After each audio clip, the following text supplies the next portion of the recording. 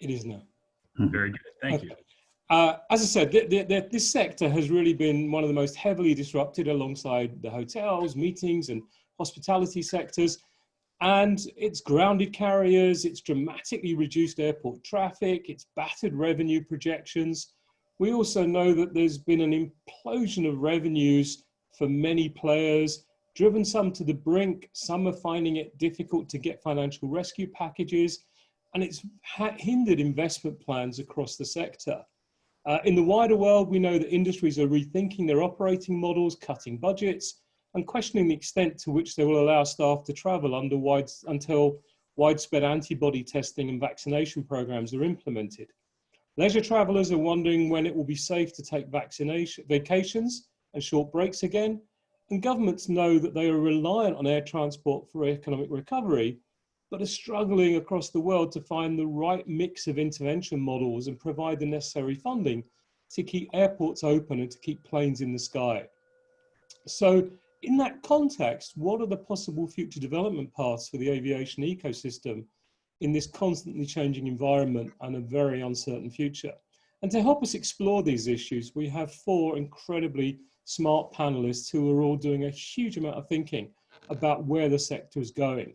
I'm not going to spend a long time introducing them. Instead, I'm going to have each of them give you 15 seconds of an introduction. Let's start with Joe Leader. Thanks so much, Rohit. I really appreciate being here today, and thank you for everyone attending. My name is Joe Leader. I'm the CEO of APEX, the Airline Passenger Experience Association, which also includes IFSA, the International Flight Services Association, as part of our family, along with Future Travel Experience. So it's an honor to be here today. APEX is the second largest international airline association after our good friends at IATA, and COVID-19 has been a center issue we've been tackling since I testified to Congress about it at the beginning of last month and onward through each and every week. So I'm really honored to be here today. Thank you, Joe. Next, we have Anton Rostworowski from ACI. Good morning, afternoon, evening, night, like Rohit was saying, if you're part of us. Very happy to be here. Welcome to my home office, like most of us are doing right now. I'm Antoine Rostworowski. I'm Deputy Director General at ACI World, Airport Council International, based in Montreal. Of course, the voice of airports. Very busy these days, always busy, but these days especially on this unbelievable situation, and looking forward to exchange with my colleagues here and get some questions from all the participants. Thank you. Thank you, Antoine.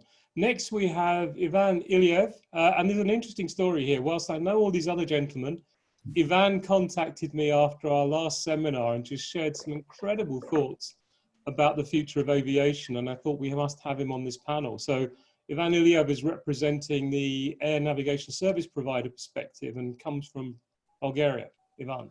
Thank you, Rohit. Hi, guys. My name is Ivan Ilyev. I've been air traffic controller since the year 2000. In 2009, I moved to Programs and Strategies Department in Bulatsa, the Bulgarian ANSP, which serves the traffic over Bulgarian territory. And since then, I'm doing some business planning, performance planning, some forecasting as well. So this crisis is a very, very good opportunity and very, very big threat for all of us. And it will be very nice to exchange view on this. Thank you. Thank you, Ivan. And finally, Daniel Coleman, who I guess I've known for about 10 years since I first spoke at a Future Travel Experience conference in Vancouver. Daniel. Yeah, hello everybody. I'm Daniel Coleman. I'm the founder and CEO of Future Travel Experience, and we focus on how technology, design and collaboration can improve the end-to-end customer experience and business performance. And we do that through our events, we do that through our media and websites, and through a number of industry change initiatives from our innovation hub through to think tanks and other initiatives. And as I say, we're pleased to also be part of the Apex family as of last year. And I think this is obviously a very welcome forum for us to share ideas and thoughts forward for this industry at this key moment. Thank you, Daniel. So let me just tell you a little bit about the structure of this session. We're going to have five separate sessions. I'll start off by sharing the results of the research that we're just about to launch. And then we'll have a session with each of the panelists in turn where we'll talk for a little bit about some of the key topics they want to talk about. Then we'll take a polling question that they've supplied. and then we'll discuss some of the questions that you have for them. And then at the end, with whatever time we have left, we'll again go back to the questions you've raised, and the panel will look to address them. So I'd encourage you to do two things. Firstly, I'd encourage you to make sure that if you have any comments, you're putting them in the comment section and sharing your own thoughts with each other. If you have specific questions for the panel, please put those in the Q&A section. And if you see questions coming in that you like, please vote for them, because we'll try and address the questions that have the most support. So that gives you a kind of feel for how we're doing. And we're going to do a series of polls. So just to get us going, I'm going to start us off with the first of our polls. And that's a question about who is in the room. Hopefully you'll be able to see the question up on screen. So just let us know which sector you're from. And if you're not from any of those, put your comments in the comments section, the chat section, sorry. So let's just give you another 20 seconds to fill that in, give us a feel for who's in the room. The panel themselves can vote.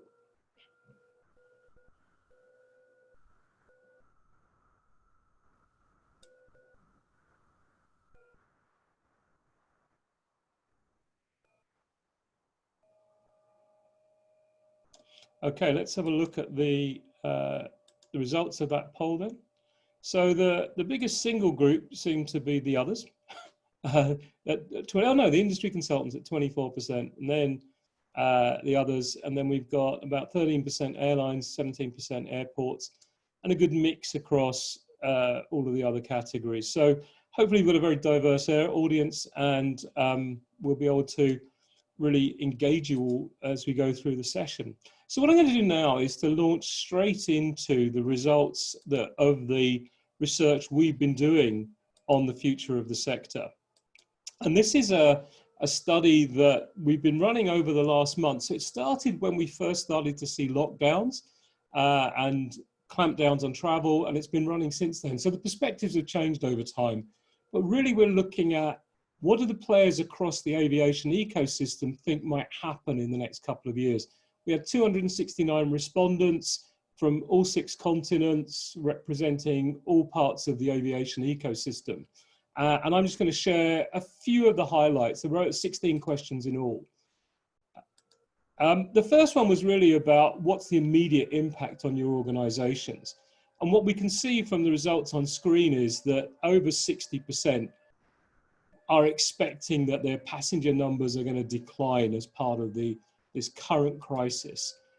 In terms of flights, just over 52% believe that they're going to see more than a 50% decline in their current flight numbers, with over 26% believing that they're going to see more than 80% decline around the world. And we're seeing, the numbers coming through right now that suggest it could be slightly worse than that. And then in terms of revenues, slightly less than 50% are expecting revenues to decline by more than 50%, but we're seeing others, we're seeing about a quarter suggesting that they could see a reduction of 80% or more. When it comes to the peak impact, the expectation is that in the next year, 2/3 are saying they're going to see passenger numbers overall decline by 50%. And again, I think if we were doing this now, these numbers might change a bit and would go up. And that's certainly what's reflected in the most recent responses we had. Similarly, around flights, again, around 2/3 expect to see a 50% decline in flight numbers, with nearly 40% expecting to see over 80% decline in flight numbers. And then finally, in terms of revenue, again, just over 60% expect to see a 50% or more decline in revenues in this coming year, with just over 1/3 expecting to see a decline of 80% or more. In terms of when people think they're going to see peak impact, there's a huge level of optimism here. And again, this probably reflects that some people were responding quite early in the survey, but just under half think it will take under 12 months for the industry to recover to the figures by January the 1st of this year. Just under half think it will be more than 12 months. And at the moment, only 8% are saying more than 2 years. And we'll see how that contrasts with the projections from both Apex and ACI, that are going to be shared with you shortly. In terms of the impact on spending and investment, then what's very clear is there's some very key areas where the industry is saying it's likely to invest going forward. And those in particular are around technology, digital transformation, AI and automation, and then the sustainability initiatives and overall innovation. The areas where we're expecting to see the most decline, I think probably inevitably, are around terminal upgrades, terminal design, terminal construction, overall procurement, and I guess naturally enough, the biggest single one is around aircraft orders. So we drew on all of the results of the survey and all the different comments we were provided, the research we were doing, the interviews we were doing, to come up with what we see as 4 different possible scenarios for how the industry could play out over the next 2 years. And we identified 2 key drivers. The first being the nature of the economic recovery, where we see 2 poles to that. You know, one being the idea of a robust and integrated recovery, and at the other end of the spectrum, a deep global recession, possibly a depression, as some economists are warning and some analysts are projecting. And the other key axis for us was the extent to which the industry collaborates with itself, but also the extent to which it collaborates with other players in the travel value chain to deliver the passenger experience. So we see 4 scenarios emerging. The first, down in the bottom left quadrant, where we see a very patchy economic recovery, negative growth for the next year or 2, or flattening in 2021 after negative this year, and in each player in the industry doing their own thing. This feels like it's going to be a situation where the airlines that survive are those who can demonstrate the safest experience, and the airports that can demonstrate the safest experience.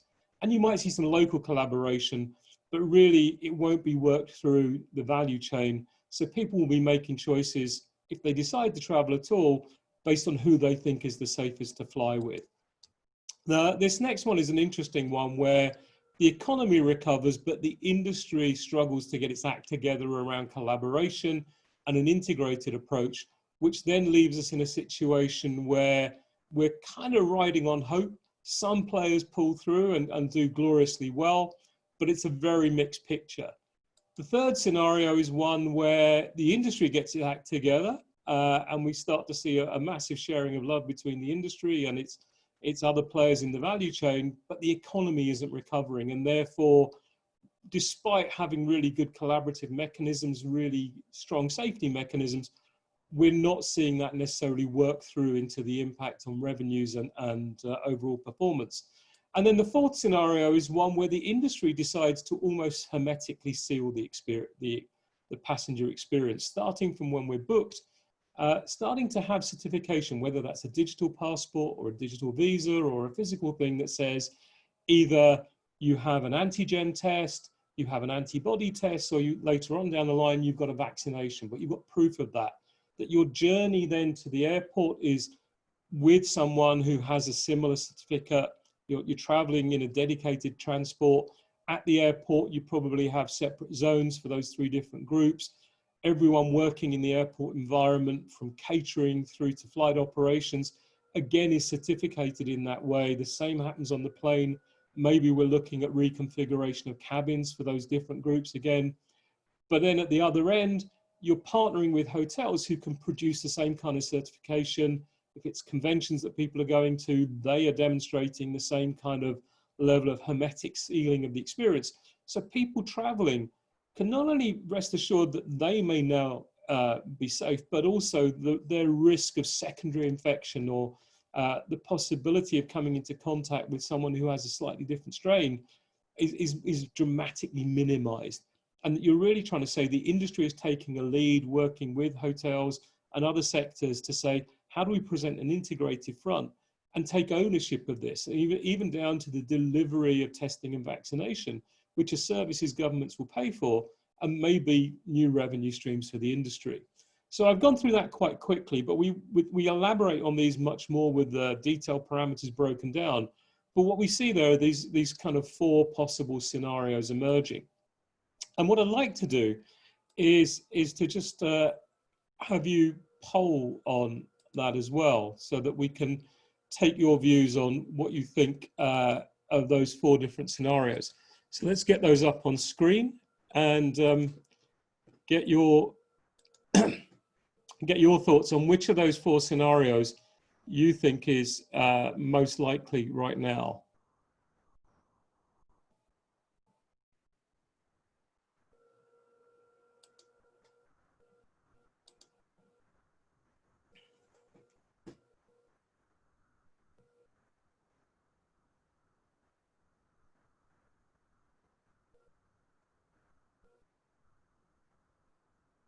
And again, if you have other scenarios, do throw them up into the comments section. Okay, I'm going to end the polling and share the results. I should just say, this is the first time I'm running one of these. The last 2 we did, we had partners running them. So I am definitely a virgin at this, and we've done some testing and trialing, but if I make any mistakes, please forgive me. So it seems like the strongest support is for the most likely one that people think is going to happen is the survival of the safest for the industry, with quite a lot of people backing the love in a cold climate option, followed by hope and glory, and then coming in fourth the sealed and secure. So the option that we think is probably the strongest one for the industry to demonstrate itself seems to have the least support here, which is a kind of interesting perspective. So with that, I'm going to just open it up now to the panelists to just take a minute or 2 each to reflect on what I shared and share their own thoughts on those scenarios and what you see coming and what you saw from the poll. Let's take Joe first as a contributor on this. Sure, Rohit. That was a great presentation and sets the stage for an introduction. Initially, when this crisis began, we saw most airline executives talking about this in terms of when do we get back to 80% this year and when do we get back to 100% next year.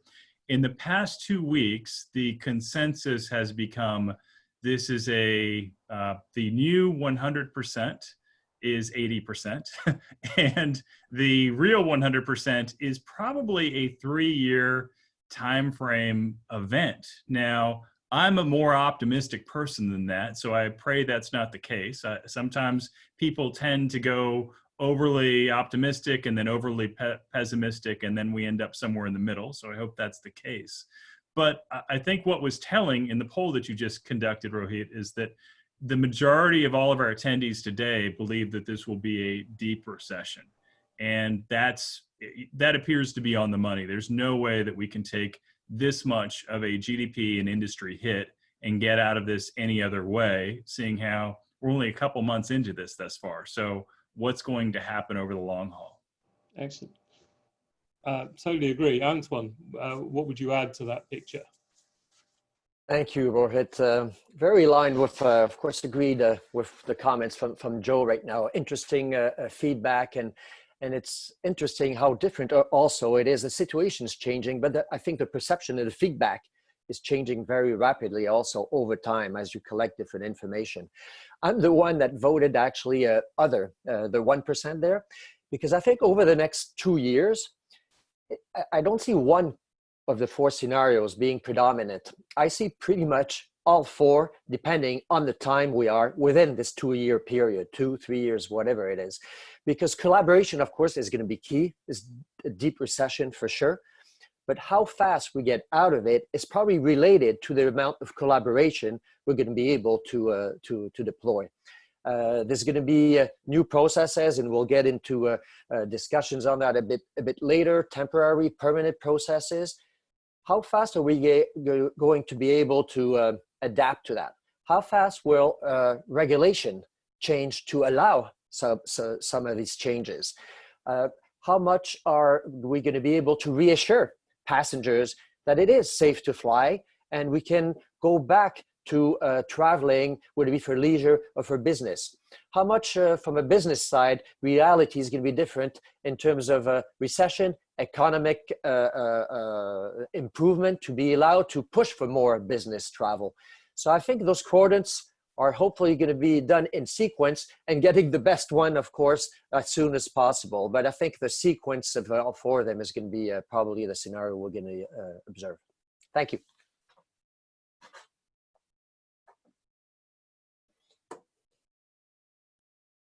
Sorry, there you go. I was muted. Ivan, do share your thoughts. Well, Rohit, I think this is a very, very interesting time in terms of opportunities and in terms of risks, because it is always about balancing the risks with opportunities. On a hand, we are facing something that some believe it's a black swan that could have never been predicted.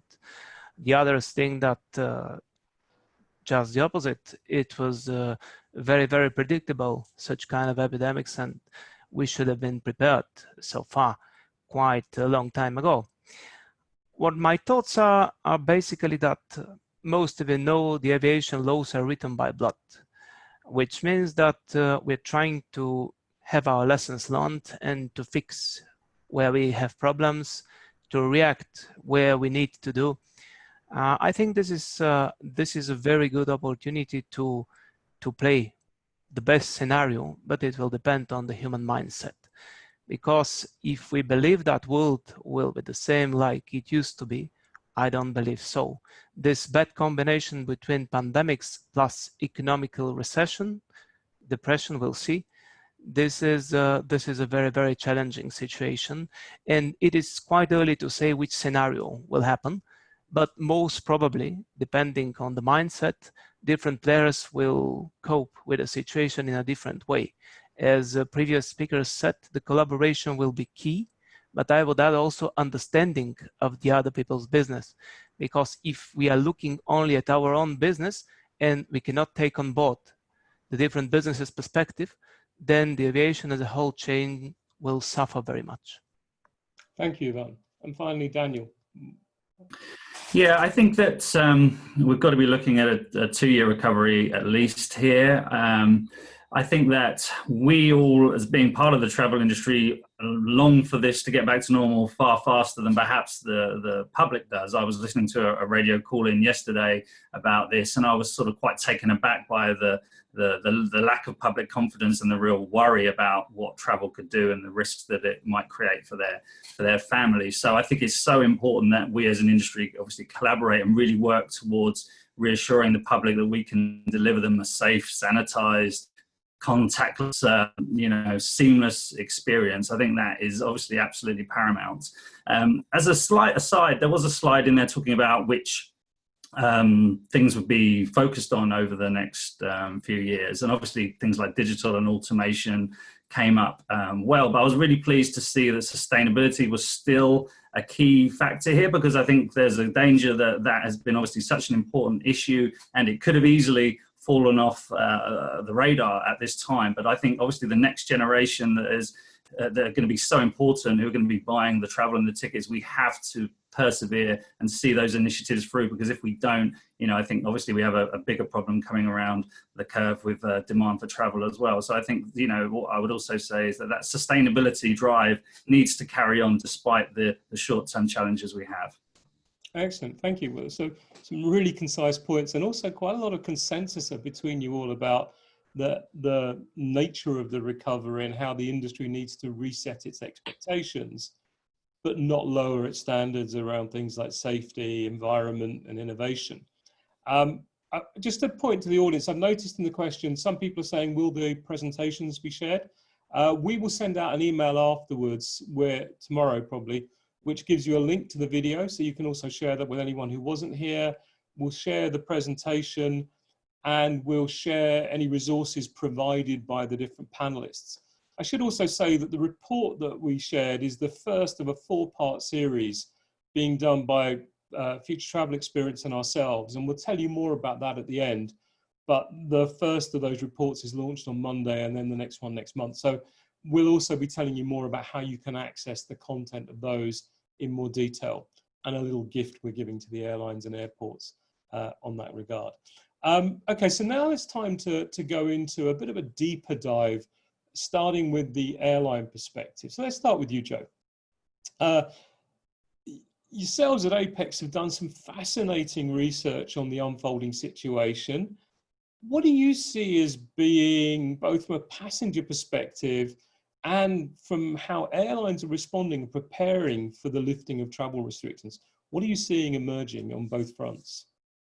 Well, so from a passenger perspective, people need to have confidence in what they are going to be doing and what they're going to feel safe doing. So right now, we see a real hesitation for future bookings in Q2 and Q3.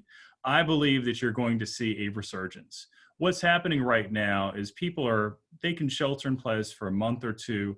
I don't believe they're going to be able to shelter in place, and this will be our new normal for 12 to 18 months, which is the time frame for a vaccine. So our hope is that with our friends at ICAO, having the ability to have basically the antibody validation in your passport in an ICAO accepted manner will make people feel more certain as this affects a broader base of population. But really, I think as time goes on, passengers will naturally feel a bit more comfortable as they see, what are the real effects? What is the real science behind what the statistics are in my age range and among my friends, my peers, when they get this? What are the outcomes that I've seen? So I think that will inject some confidence. From the airline side, this becomes a new battleground of cleanliness, safety, really catering and making passengers recognize and realize that one of the safest places on the planet you can be right now in your travel journey will be the airplane itself. So I think airlines are beginning to get that message through, but it doesn't align with the world that we live in. Most people can't understand why is it dangerous to go to the supermarket or to sit in a room at dinner with other people because of a circulated air system versus on an aircraft with vertical air filtration and HEPA filters. The air is going right above you, so that decreases the risk of passengers around you. We'll have to see how that advances for airlines. That's the next battleground we'll see over the next couple of months. You're on mute, actually, Rohit. Yeah, sure. Okay, so that's the kind of the near term. What about how this plays out in the slightly longer term? Let's not push out to 2035 as we're doing in the overall study, but let's just think about the next couple of years.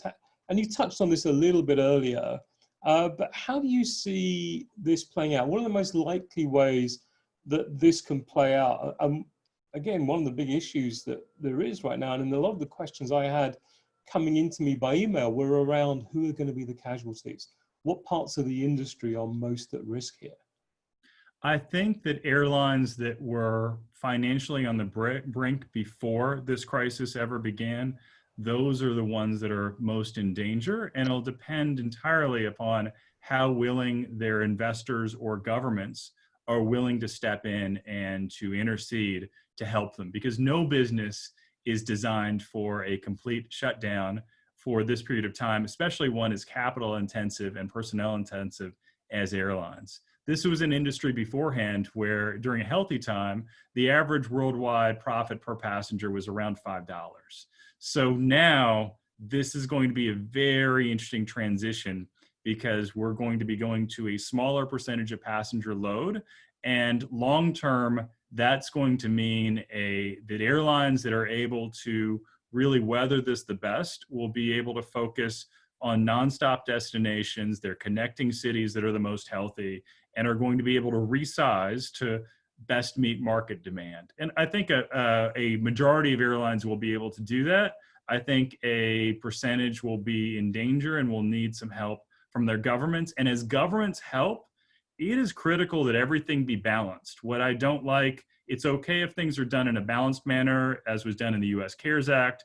It's not okay if a government picks winners and losers. That doesn't serve anyone well. Oops, you're on mute. Yeah. What about your broader perspective on how the industry itself starts to evolve in the next couple of years? What are some of the things that we can expect to see as the industry tries to get going again and then lay a foundation for the future? I think you're going to see a really rigorous focus on, smaller aircraft that are going direct point to point. There will be a preference from a price elasticity of demand standpoint for nonstop flights.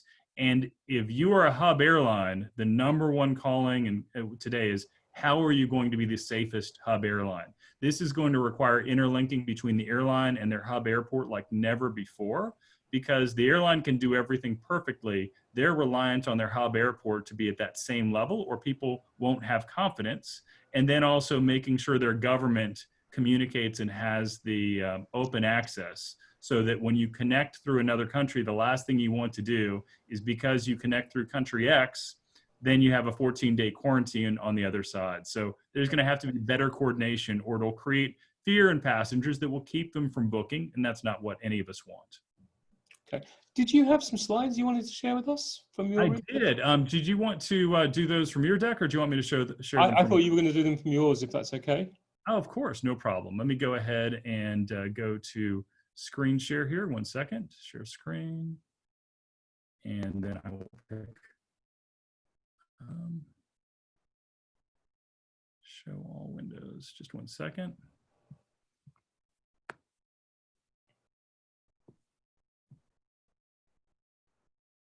Okay, here we go. So this is courtesy of our good friends at Black Swan's Feather, which put together an incredible report that I'm going to cover today, that we're providing the full 25-page report to all members of APEX and IFSA. So this is extremely valuable, because a report like this normally costs about $20,000 is the MSRP, and our membership, thankfully, is only a few $100s. So it's covers from Feather, covers 900 million passenger conversations over the past 2 months. The one thing I will disclose is that it's focused on English. So we did not go through a multi-language because there was enough trending conversations to really be able to look at this from a good Q&A perspective. And I'm going to actually change my slide share view here for a second so that everyone can see this full screen, because it looks like, on my view, it's looks like it's cutting off a bit. So let me go ahead and go to full mode here. One moment. Full mode, there we go. Okay, and then I'll go full screen. There we go. Perfect. Love it when technology works. So the trending conversations and themes showed some fascinating areas where the negative sentiment from passenger conversations really showed where people's mindsets are. The number one problem cited by air travelers, finding information. They have difficulty finding information as to what the situation is, what's being done differently, how am I going to be safe, and am I going to be allowed, most importantly, to go on my journey as planned? So that was the number one negative sentiment area. The second most negative, which was a surprise to us, was on food inspection. And we saw airlines taking action on this, which I think is a bit overdone at this point. For example, we've taken away pretty much all food and beverage. There's some airlines that are now doing flights of up to 6 hours without as much as water for their passengers, which I worry is going too far. The logic behind that is that they're concerned that if someone touches this water bottle, which is made of plastic, that plastic will be a conveyor of COVID-19. I think that's going a bit too far. I think that it would be wise for airlines and for their caterer suppliers to simply make sure that everything goes through either UVC light or a final sanitation process for the plastic, and then the flight attendant uses a fresh pair of gloves to provide that to passengers on board. That way there's greater safety feelings. And again, that needs to be conveyed by the airlines and their suppliers. That's one of the best uses of a sticker on a meal tray, I think, ever, is showing that it went through a final pass of sanitation. And then our airline sanitary efforts. So what is the airline doing differently to make my journey safer was the most negative concern by passengers in this worldwide listening survey. And this isn't actually people doing a survey, this is listening to their public comments on social media. So moving forward from here, if you look at that, the outcome that we see is dangerous is the headline signals on negative passenger outlook. They're worried about the biggest number of passengers are worried about getting stranded.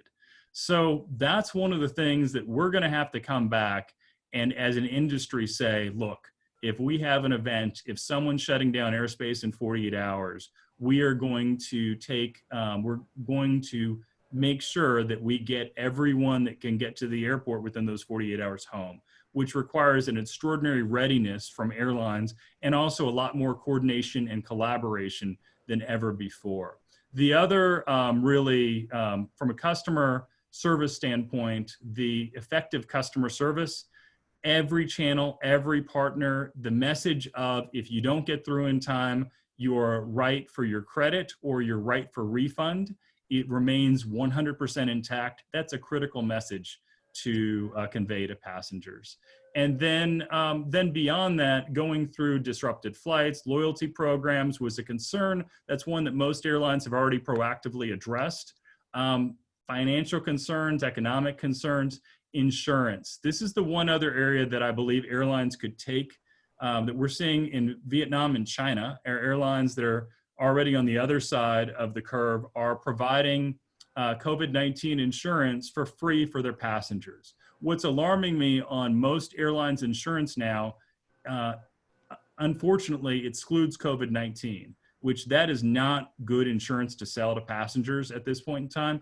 I encourage airlines to make sure that they are able to get COVID-19 coverage for their passengers and look at how that can be wrapped in so that people have a greater sense of certainty. Thanks, Joe. I think we, in the interest of time, I'm going to move on to your polling question because there's some fascinating insights there. And I believe you're going to let us share these slides with the participants, the few you've shown. That's correct. And then the full 25 slide deck, we'll give a link so that everyone can get access to that. Fantastic. Thank you. Just a reminder to everyone who's posting comments in the chat, please make sure you select the option to send your comments to all panelists and attendees, not just to all panelists. I've noticed a few of you just sending your comments to the panelists. So please make sure you are doing that. Let's take Joe's polling question. We had an interesting polling question. Then we've got some fantastic questions coming up from the audience. So let's have the question from Joe, which was around what's it going to take to get us back into the skies? So which one of these tactics do you think will do the most to get passengers flying sooner? If you could cast your votes.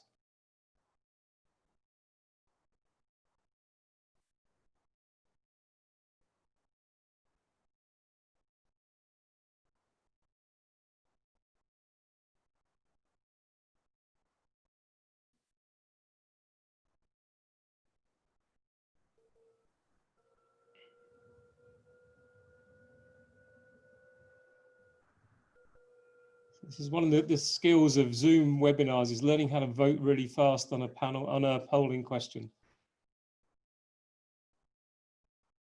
Some of you are taking like too long. You're reading the questions twice. They're not that important.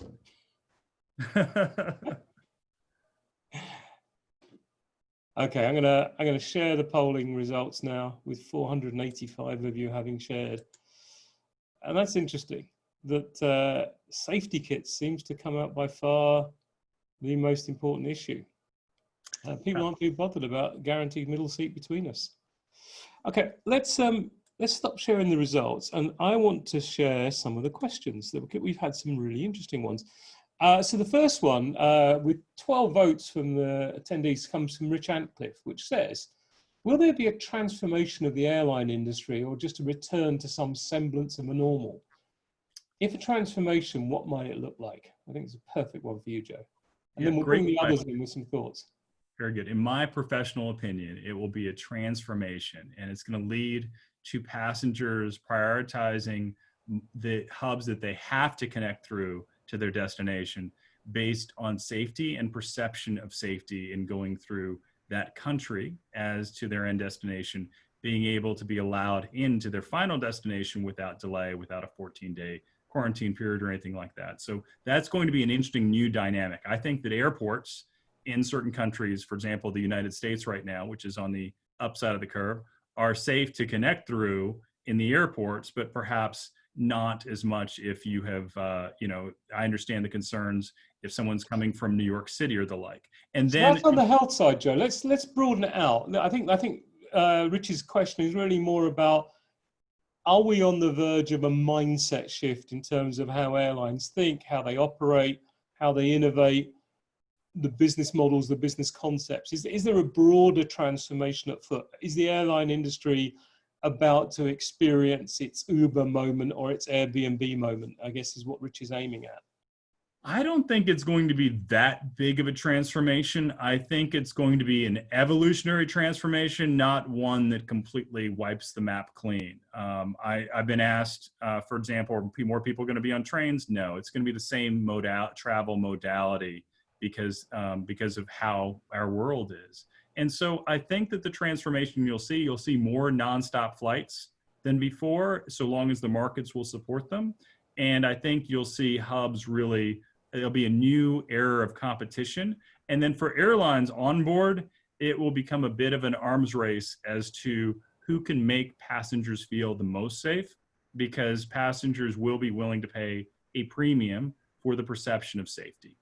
Okay, let's bring the others in. Let's just take a view from each. Let's start with you, Daniel. I mean, you guys are looking very closely at the industry. Is this the industry's tipping point moment? Do we see a radical shift of ideas coming through? I know you're going to talk more about this later, but yeah, I don't think we're about to. This won't create a transformation, I don't believe. I think that it's going to motivate everybody to do some of the things that we've been wanting to do for a while, which is,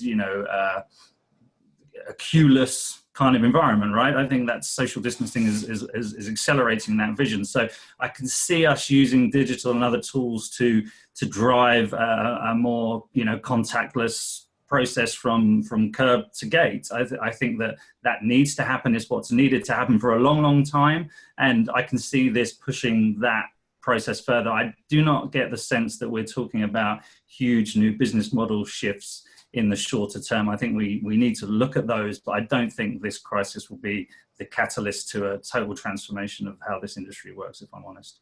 Okay. Ivan, what's your perspective on this? What's your view on how the airline industry navigates the next 2 years? Well, it is really a tough question because it will take some time to assess the situation with a critical view and see what's happening exactly and what are the outlooks of this situation in order to have best perspective and to have best moves.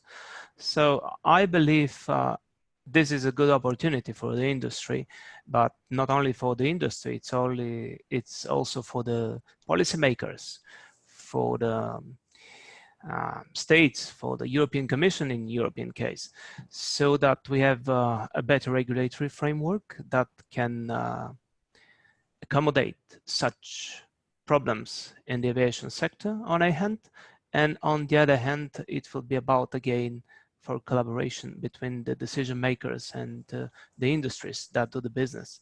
So it is a good chance to move on.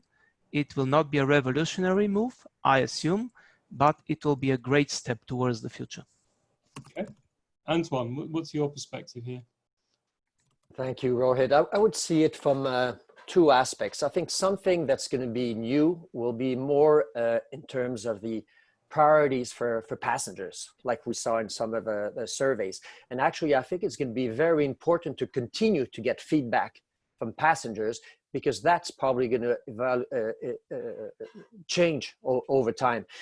Just a little bit like Wi-Fi in the past. Wi-Fi was new, big trigger of satisfaction. It became expected, and as a foundation was what's required. I think from a health perspective, passengers are going to be requiring basic things that maybe weren't as important before, but are going to be requested today, and maybe new processes from a health perception. Then in terms of the other aspect, a bit like Daniel was saying, I think there's going to be an acceleration in terms of things that have been deployed, but certain things haven't moved as fast as we were expecting. Of course, self-service, automation, contactless, off-airport processing, an acceleration of that, but things also like biometrics, ID, being able to be more efficient, but also go through the processes much faster with less contact and touch points. there's an opportunity as well to accelerate some of these points. So passenger perceptions and key triggers of satisfaction, on the other hand, acceleration in terms of process technology and what can help in the present situation. Excellent. And to close out your slot, Joe, I'm gonna let you have your final comments, but also ask you to address this question from Rick Adams, which I think is touched on by some of the research you shared, which says, what is the likelihood that airlines will rediscover customer service versus the manner in which they have abused passengers in recent years, i.e. cramped seats, complex baggage fees, etc.? Nice little hand grenade for you to deal with as the final question of your slot. You know, Rohit, the great news is that I answered the question and I typed it out in an answer to Rick, because the answer is that airlines, that people complain about those fees, but over the past 20 years, the inflation-adjusted price of air travel has gone down by over 50%. And the only way that airlines make their average of $5 of profit per passenger is because of these ancillary revenue fees. Now, people, of course, don't like them, but what we've seen by customer behavior is passengers like buying a ticket at the lowest price possible or the lowest price for their class of service if they're a leisure traveler, and then they deal with the fees. They don't like them, but they deal with them. Airlines, like, what we'll be curious to see is, will more airlines follow the Southwest model where everything is included in the price just for simplicity? Because right now, nearly every airline worldwide is making change fees zero. So that's changing already the airline's revenue model. So we're going to see what happens. As a note, American Airlines did increase their transatlantic baggage fees this week. And during COVID-19, that's an awkward time to be doing it, but we'll see what happens in the marketplace. Every airline has to make their own decision. I always love for passenger experience to get better in a crisis like this. I don't think it's going to get worse. Okay. Thank you for a really interesting and kind of diverse set of views on how the airline industry move forward. And I think this is really, I think the choices made now are quite pivotal, not just for the next 2 years, but for the next 5, because passengers will remember, travel agents will remember, players in the ecosystem will remember, and it will start to shape behaviors in very different ways. So let's move on now and take the airport perspective, Antoine. So what do you see as the key steps for the sector and airports in particular to take to recover once lockdowns and travel restrictions start to be lifted? So many things that could be touched on that, and we could talk for the next hour, I'm sure. But if we look at the key component, like ACI always encourages, first of all, there has to be data-based decision-making. We got to move away from strictly perception and look at data. We talked about it from a passenger perspective. We got to continue to survey passengers and get their feedback to monitor and adapt. But of course, from a health-based perspective, let's make sure we get data from experts, WHO and others, to guide us in terms of what's required. We also have to make sure that the solutions we're looking at are practical, are simple, actually operationally make sense. I've heard this, I'm sure several of you and participants, some different ideas of processes that could be deployed, but they have to make sense. They have to be operational, both from a passenger perception, from an operational efficiency and economic perspective. So those are our key points. Part of this also, we strongly encourage for a startup to have a risk-based approach. Not necessarily having standards on how to do things, but a standard on the outcome that's required. And that's very different. Not treating everything and every transaction the same and every passenger and a destination the same, but there's a risk assessment that needs to be made that's going to provide more efficiency and probably better results. And starting up also, there's going to be for sure, I think we all agree, temporary measures. They're going to be in the first few days of weeks of starting operations. But we're going to have to make sure, going back to collaboration with regulators and all stakeholders, to make sure to keep a constant eye on the impact, the sustainability and the effectiveness of these processes, so that we start with something that might be more stringent, with smaller volume at first, but evolve with something that can adapt to new data, new reality, and higher volumes. So that's going to be, seems obvious, but it could be a challenge to be done, I think.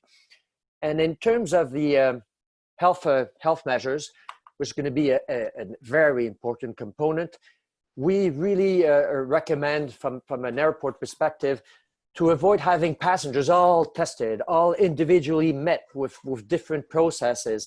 Rather, we would recommend something that's closer to a self-declaration, maybe something that's done before getting to the airport, something that's accepted by governments, maybe electronically, and then shared with the airport community and stakeholders to make sure to be able to process as many, reassure, and be safe at the airport. And then, just as with self-service and automation, deal with exception in a different way once at the airport, if required.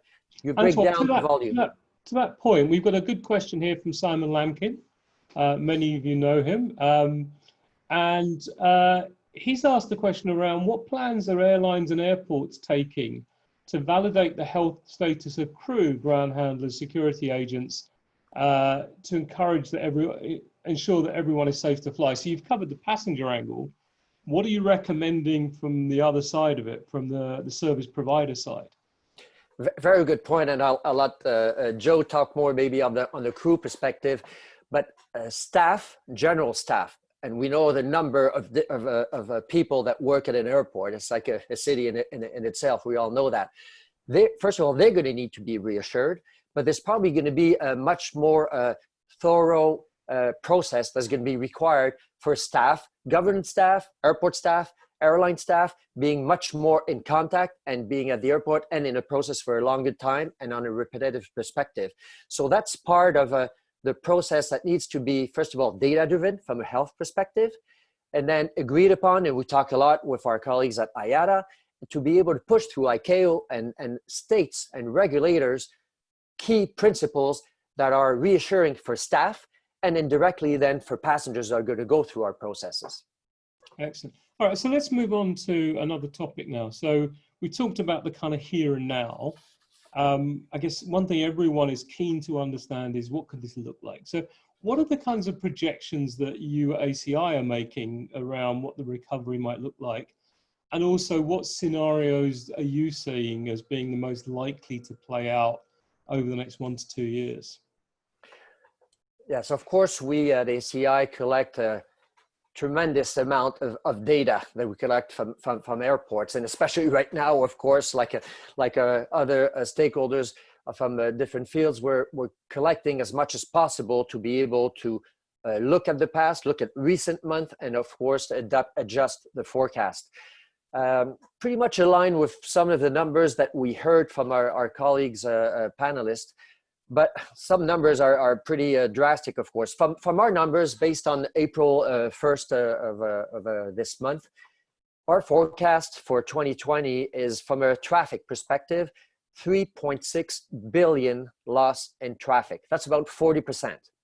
From a revenue perspective, our numbers show, from a forecast perspective, $76 billion US loss in revenues, which is about 45%. And it differs a little bit between regions, but it's anywhere between 35 to close to 50% in drop in revenue.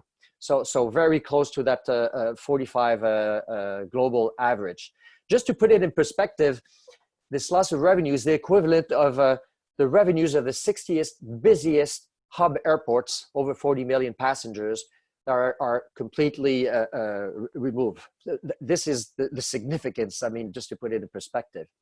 In terms of recovery, we see it, and we hear all kinds of economists sharing perspective on V-shape, U-shape, L-shape, retrieval, and all this. We see it as a initial U-shape, so U going downwards from a volume and revenue and passengers, and then a slight U-shape in the short term when we start retrieving probably domestic flights or regional flights. But after that, we see more of an L shape because due to the recession, passenger perceptions, due to the slow recuperation of international flights, is going to be more of an L shape. So rapid, going down rapidly, going up fairly rapidly at first for a short while, the recovery, probably Q3, Q4, tough to say. So starting in the summer, hopefully more on the domestic side, probably might be a slight substitution between international to domestic in the recovery phase to be able to, from a passenger perspective, but it's going to be slow and taking a long time to get back. Our numbers tend to predict 2 years recovery to get back to the 2019 numbers. So pretty close to what I've heard from some of my colleagues. Again, this is, it's very tough to, no one has a crystal ball, and it's going to depend a lot on passenger perception, collaboration between regulators, airport, airlines, and all stakeholders, and ICAO through states to be able to accelerate the efficiency of the process that's going to be deployed. So the recovery process really is going to have to match the demand, and we're going to have to be flexible enough to adapt, but again, on data and not on perception. You're on mute, Rohit. Keep doing this. Are there any other key thoughts you want to share about the sort of general perspective before we dive into your polling question or the questions from the audience? No, I think again, we can pull out all types of numbers, and a lot of these information, much more detail, are going to be made available to all participants, as you explained at first. But I think it's, we all agree that it's a grim perspective. I tend to be optimistic, and I think there's an opportunity to accelerate that and for true collaboration. We always use the word collaboration. True collaboration is different, but I see it right now actually on a positive note. There's a lot of exchanges, a lot of people involved, but all targeting the same thing. We started, I think, a bit disorganized, to be honest, when the crisis hit. But I think as we're moving along, we're slowing, narrowing the gap to make sure we can be aligned on closer and similar objectives. That's a recipe, I think, for success, and trying to diminish that 2 year, hopefully. Excellent, excellent. Okay, well, let's take your polling question. Right here. Yeah. So, right, what we do, I'm interested to know from Antoine, are there discussions between ACI and IATA and ICAO about what travel should look like and perhaps some of the recommendations coming forward? That'd be really interesting to hear if there's some consensus forming about how the industry should move forward. Yeah, thank you, Daniel, for this question. Absolutely. The number one priority at this time is planning the recovery, and not planning it each in our own little area from our own perspective, but we have regular exchanges with IATA at all levels, whether it be top director general to the all levels of operations. Again, yesterday I was in talks, so today I have a call scheduled as well, in terms of first aligning key principles, and after that, working how these key principles can be true practical processes to be moved forward. And what we're planning is to actually create an ICAO committee with representation from IATA, ACI, WHO maybe, and others, to be able then to push these aligned guidances through ICAO and states. We feel that's the key, because if as airline or airports, we each go to our different countries and local regulators and ask for something, we're going to have a mix match of regulations and requirements, which is not viable for airlines, airports, or anyone else. So the key is to align ourselves with IATA, which we're doing, and making sure to push it through ICAO, which is the right forum to do so, and go through states on applying whatever the standard is going to be. But again, on an outcome perspective, not how to do it, what's the result needs to be. Okay, let's take your polling question. So Antoine's polling question is around how do we build the confidence in passengers to want them to even think about flying again? And let's just take a couple of seconds to get the results in on that.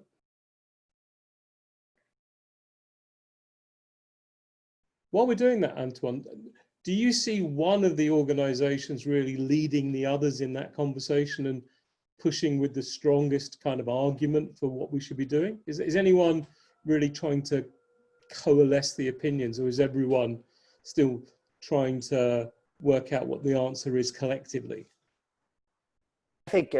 I think everyone is pushing, and it's for everyone's priority. I don't see anyone leading, and I think every entity realizes also very fast that they cannot do it alone. So we want to make sure not to wait and talk about it for the next 6 months, because that's not going to be a solution. But actually, everyone was leading and trying to push points and initiatives and how can we recover from this and what could be the process. But everyone's now realizing that we have to integrate and be aligned. We cannot go in different direction.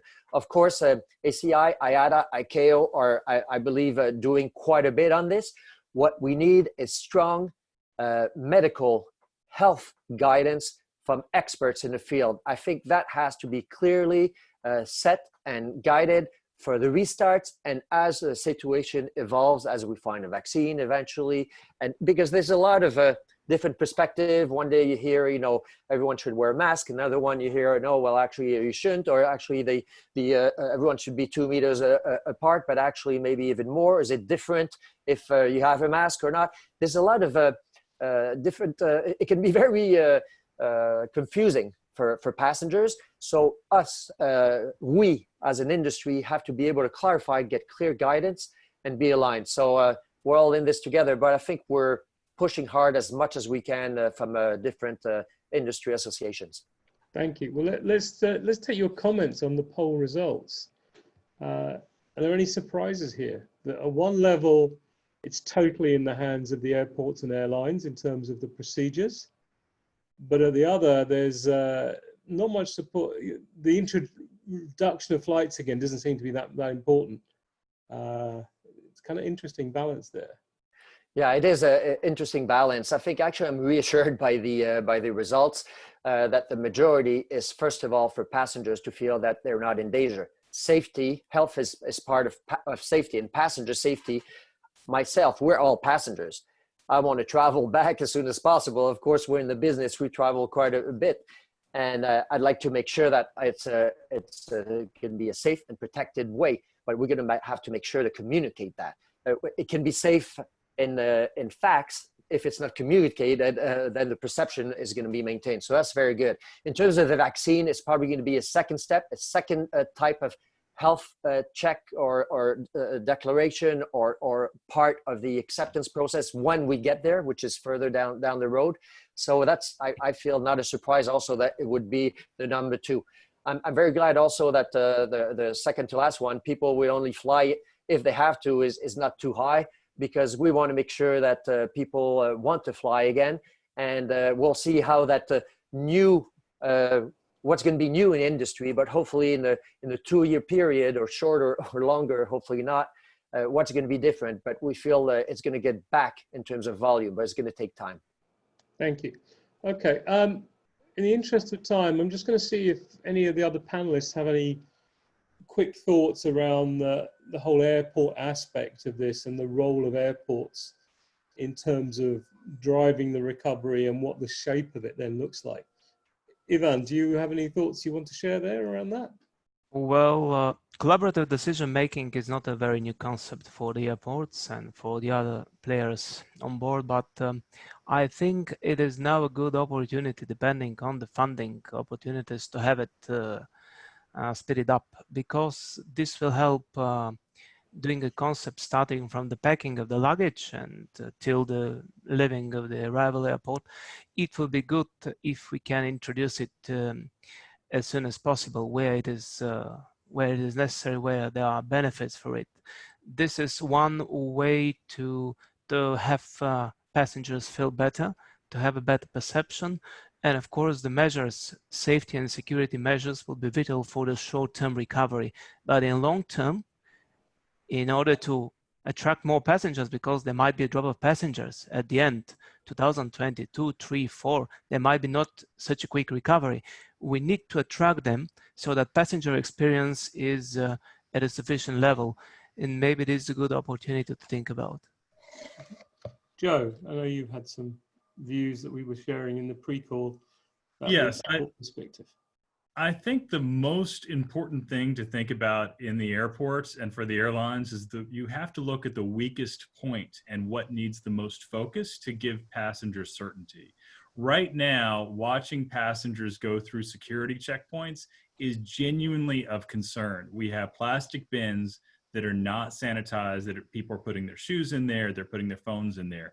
We need to, number one, give passengers or airports a way to sanitize those, and two, make sure that people are learning lessons like place your phone inside another bag, do not put things free floating, so that we minimize cross transmission, because the most dangerous place for COVID-19 are through these touch choke points like security. And I think that governments and agencies around the world need to be stepping up very assertively on that. Okay. Daniel. Yeah, I mean, I think in terms of airports, I think, yeah, obviously we talked about contactless earlier, and I think voice is going to become far more important in a lot of the technology that's being used. I think there are tools which can manage queues. So maybe you start to get message through your mobile or your apps out. Now's the time to go through security. Now is the time to board. These kind of things. I think there's a lot of opportunity. The technology is out there. It's been there for a while, but I don't think it's been embraced to the level it needs to be. So yeah, there's definitely some pretty quick wins, but obviously the industry just now needs to grab hold of these and move pretty quickly. But clearly, as Joe said, security, the boarding bridge, I mean, there's just a lot of places, isn't there, with, you know, high density gathering of passengers, and we need to work out ways to move that back very, very fast. Great. Okay, well, that's a fascinating little tour through the prospects for airports and the challenges they face. Right. I would just like to add as well, because we might not get the chance later, but I think we've talked today about sort of the most important collaboration effort of all time, but I think we need to talk also about the most sort of important marketing and communication effort of all time, because I think there's going to be a lot of work going on behind the scenes to improve the safety and the sanity and the contactless approaches. But how is this going to be communicated? This needs to be, you know, all industry players, all associations, and I'm not just talking air transport here, we're talking hotels and just everybody involved in tourism, to come out with the strongest possible message that travel is safe and things are different. And I think that's something that has never really been done before. And I think it's so important that the communication effort that comes off the back of this is the most powerful and effective that this industry has ever delivered. Well, and that is a really interesting challenge, because Antoine talked about the point about this being a data-driven exercise and using the data. But, you know, right now, if we look at the responses around the world to the coronavirus situation and the independence movement in the US, there's an awful lot of people who aren't really being touched by data or science. And that doesn't necessarily seem like the winning argument with them. So I think when we start to talk about what the communication strategies are, we have to recognize that there's a significant proportion of the audience who aren't going to be won over by data or science, and that we're going to have to find other more emotive ways of reaching them to convince them that it's either safe to fly or that they shouldn't be flying in other circumstances. Okay, I'm very conscious of the time, so I'm going to move us on. Let's now move over to Ivan. And as an ANSP, in fact, you've been developing your forecasts and models of how the situation may play out in the coming years. What are your current projections and expectations around the recovery of air travel? And what do you see as the most important variables in that model in terms of how it might recover? Well, this is a very difficult question because there are many, many variables. One of the most important are rational. Some of them are not quite rational, but anyway, let's start from the medical point of view. You know, COVID tests are something that should be reliable enough to have so that people have confidence they can fly, that they are safe, they are healthy, they can go on board with other healthy passengers, which will give them confidence.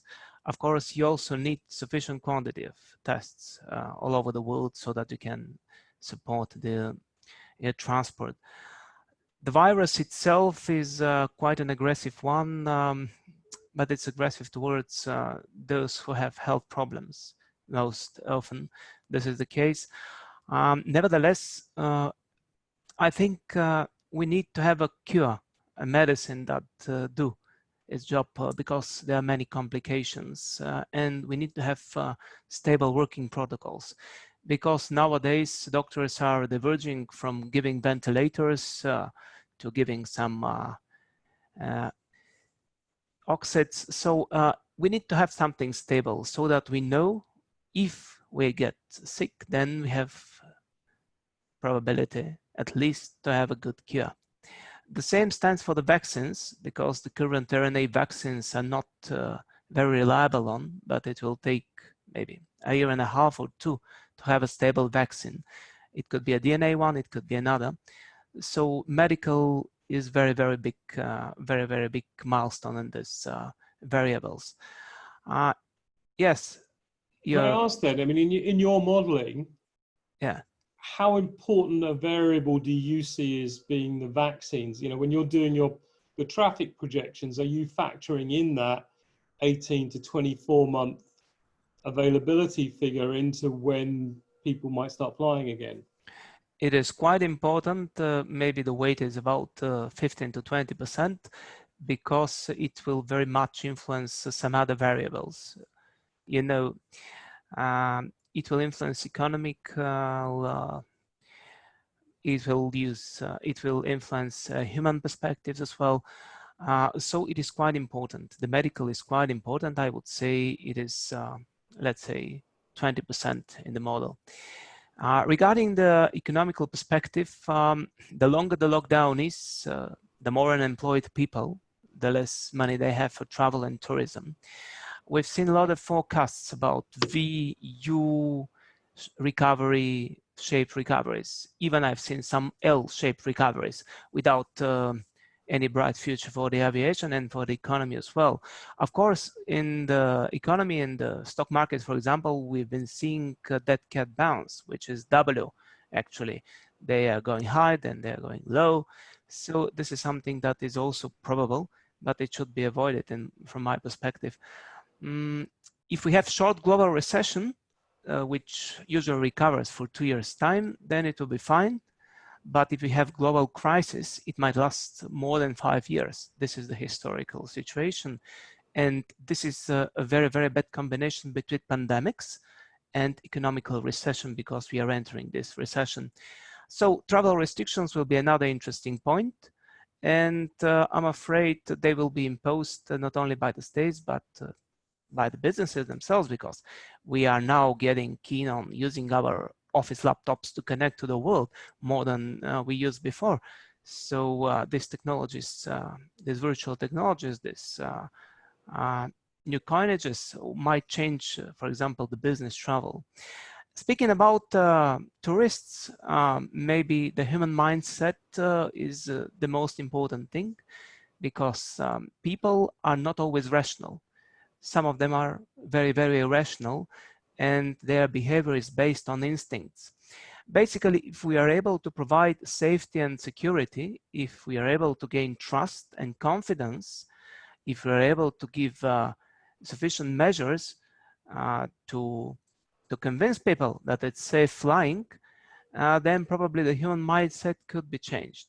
But there will be a certain period of time, might be 2, 3, or 5 years, when people will be thinking, shall I fly? Can I use my car? Or I can use train, for example, where we are only 6 people. I don't know. I will have to think about myself, because I have children, I have wife, I have parents. So this is another very important part. Might be irrational, but you cannot take it away from the equation. Aviation stakeholders measures will also have very good influence on this, if we are able to cover the whole process, starting from the booking and till the leaving of the arrival airport, then connecting this with the tourism, with the hotels, with the seasides, with the mountains, skiing, etc., then we might be able to succeed. And of course, each stakeholder might be able to influence with different measures. My scenario based on this would not be very optimistic, sorry for that. I assume that by the end of 2020, we will have between 30 and 40% recovery compared to 2019 traffic. Then 2021 end, we might face 50-60% of recovery, and afterwards, depending on the scenarios, we might get maybe until 2024, 2025, 100% of 2019 traffic. Wow. Well, on that cheery note, let's move on to think about what the implications of that are for ANSPs. How do you see this impacting your role, and in particular, the investment in the next generation of air navigation infrastructure? Yes, this is a very good point, very good question. I would say that situation varies between the regions, between the continents, because the ANSPs have different models of funding. For example, in the United States, it is the FAA, which is a state agency. But in Europe, for example, the ANSPs are mostly state-owned, but they are enterprises, and some of them are private enterprises. We are facing now 90% traffic decrease in Europe. Which makes a very big uncertainty and very difficult to have a stable forecasting. This makes very difficult to have a robust scenario how to further move on, because you never know. What we need to do is first to work with the states, with the Commission in Europe, which is another very important regulatory factor, with the EASA, with the other stakeholders. Once again, I will say it, and maybe I'll repeat it many times, collaboration and understanding is a key. There are some rescue packages in Europe, for example, that states are giving to the airlines. There are some rescue packages for the different various stakeholders. ANSPs needs to be part of this aviation system, and we also need rescue packages. Why? Because the financial sustainability is a very, very important, very important factor. If you have 90% less traffic, the revenue is not necessarily 90% down, it might be even more. In Europe, for example, we have a deferral of charges, of the ANS charges that ANSPs have in order to fund their services. There will be a certain amount of months, maybe 5-6 months without any funding from the airspace users. We have also economical regulation, which is called in Europe performance and charging scheme. It's not exactly price cap, but their cost efficiency is very, very important. There are different risk sharing mechanisms there. We need to adapt these regulations toward this crisis so that we can provide liquidity, because without liquidity, I cannot imagine how an ANSP can develop further and how can we make some plans. We are trying to reduce the costs whenever we can. Why? Because we are supposed to have 24/7 continuity of services. You know, cargo flights, medical flights, state flights, repatriation flights, militaries are operating as well. Rapid mobility is now in force to support the COVID-19 crisis in Europe. So it is very, very important to be able to fund our expenses at a certain level. And there comes our role to be proactive and flexible. I very much understand that the balancing of these extraordinary measures is very, very big challenge. On a hand, we have to be able to provide increased capacity because the traffic demand will be going higher, and currently we are working at let's say a modus operandi, which is basically at alert minimum. We need to provide traffic to a very, very limited number of aircrafts to provide services to these aircrafts. Okay, Ivan, I think in the interest of time, I'm going to move us on to the second part of the question, which is really that piece about what are the implications here for delivering this global, enhancement of air navigation infrastructure we've been talking about? What do you think is going to happen there?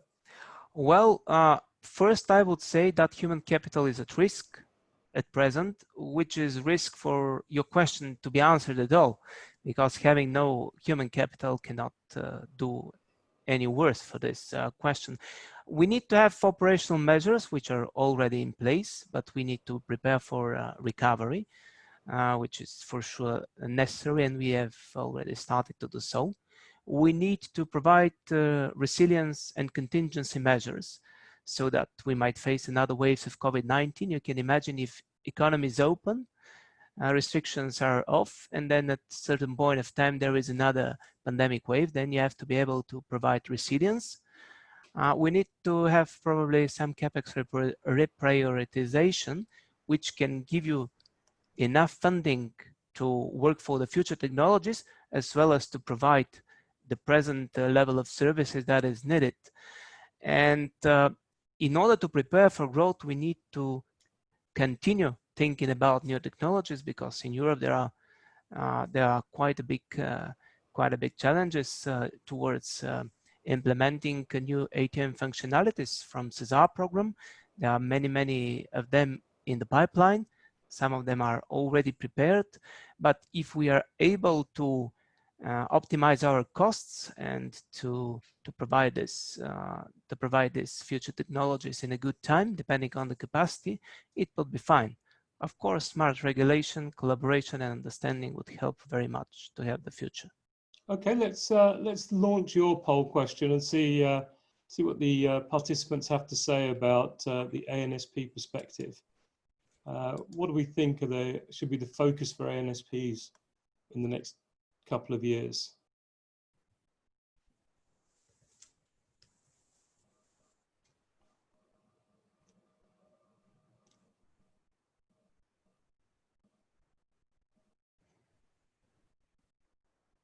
Faster finger, people, faster fingers.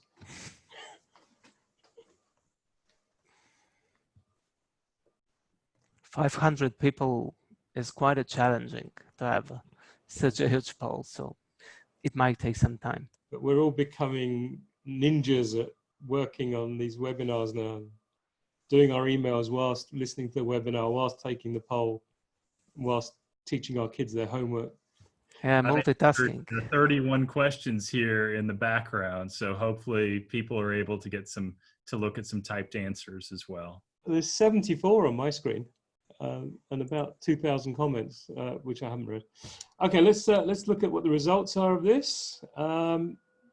So you've convinced people that we need some new business models and the lessons learned, and making sure we deliver resilience.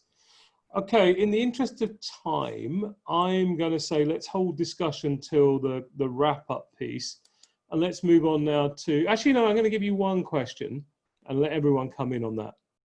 We have a great question from Simon Gore that captures what a lot of people have been asking, which is, do we carry on with the assumption that, you know, aviation is going to get back to normal and get back to growth, or should we be acknowledging the end of the golden age of flying?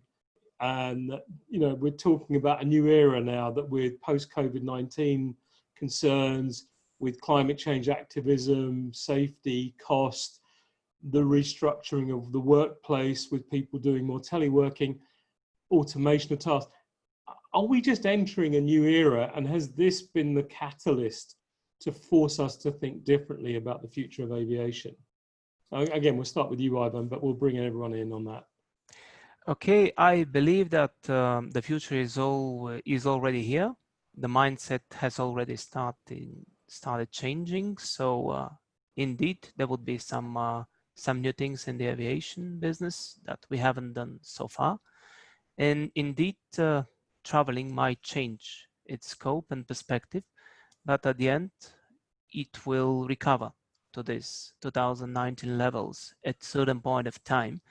But at this point of time, we should have already introduced new technologies in order to have environmental protection, in order to have such crisis responses, so that everybody is confident that the business is moving on and passengers are attracted to the sufficient extent. Okay. The others, Antoine, is ACI building in a model of a kind of gradual decline of the industry? No, like you said, again, I'm optimistic, and I think at ACI, of course, we see the seriousness of the situation right now. But by definition, I believe our industry is an industry of flexibility and resilience. There's been always ups and downs, but always going up. Of course, this is a situation that we didn't expect and see coming. It's going to be different, but I don't think we're starting from scratch, a complete new era. I think it's going to be reviewing forecasting and the way certain things are done. Maybe the new aspect is dealing with larger volume. We know that we always, IATA, ourselves at ACI, always planning for the volume of passengers to double within approximately the next 15 years. Well, that's probably going to take some more time now, but I think in dealing with such large amount of people, there's a process side, the efficiency side of things, but now maybe this component of health, proximity, safety from a health perspective is probably the big change that's going to need to be addressed much more rapidly and probably for the right reason.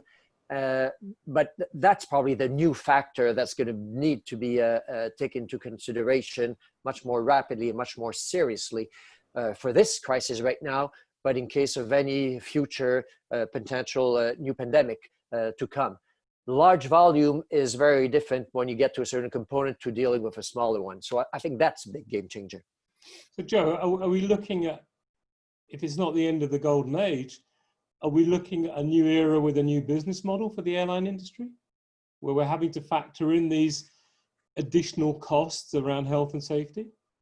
I actually think you're going to see an acceleration of passenger experience during this time. So here's why, is that airlines right now are using this as an opportunity to accelerate the retirement of their older, less efficient passenger aircraft, and are using smaller, more fuel-efficient passenger aircraft with likely the best passenger experience touches. Because if you're naturally having to reduce your fleet size for a period of time, you're going to go with your best and most efficient, not your oldest aircraft. So I think we're going to see the golden age continue, albeit this year, a smaller scale.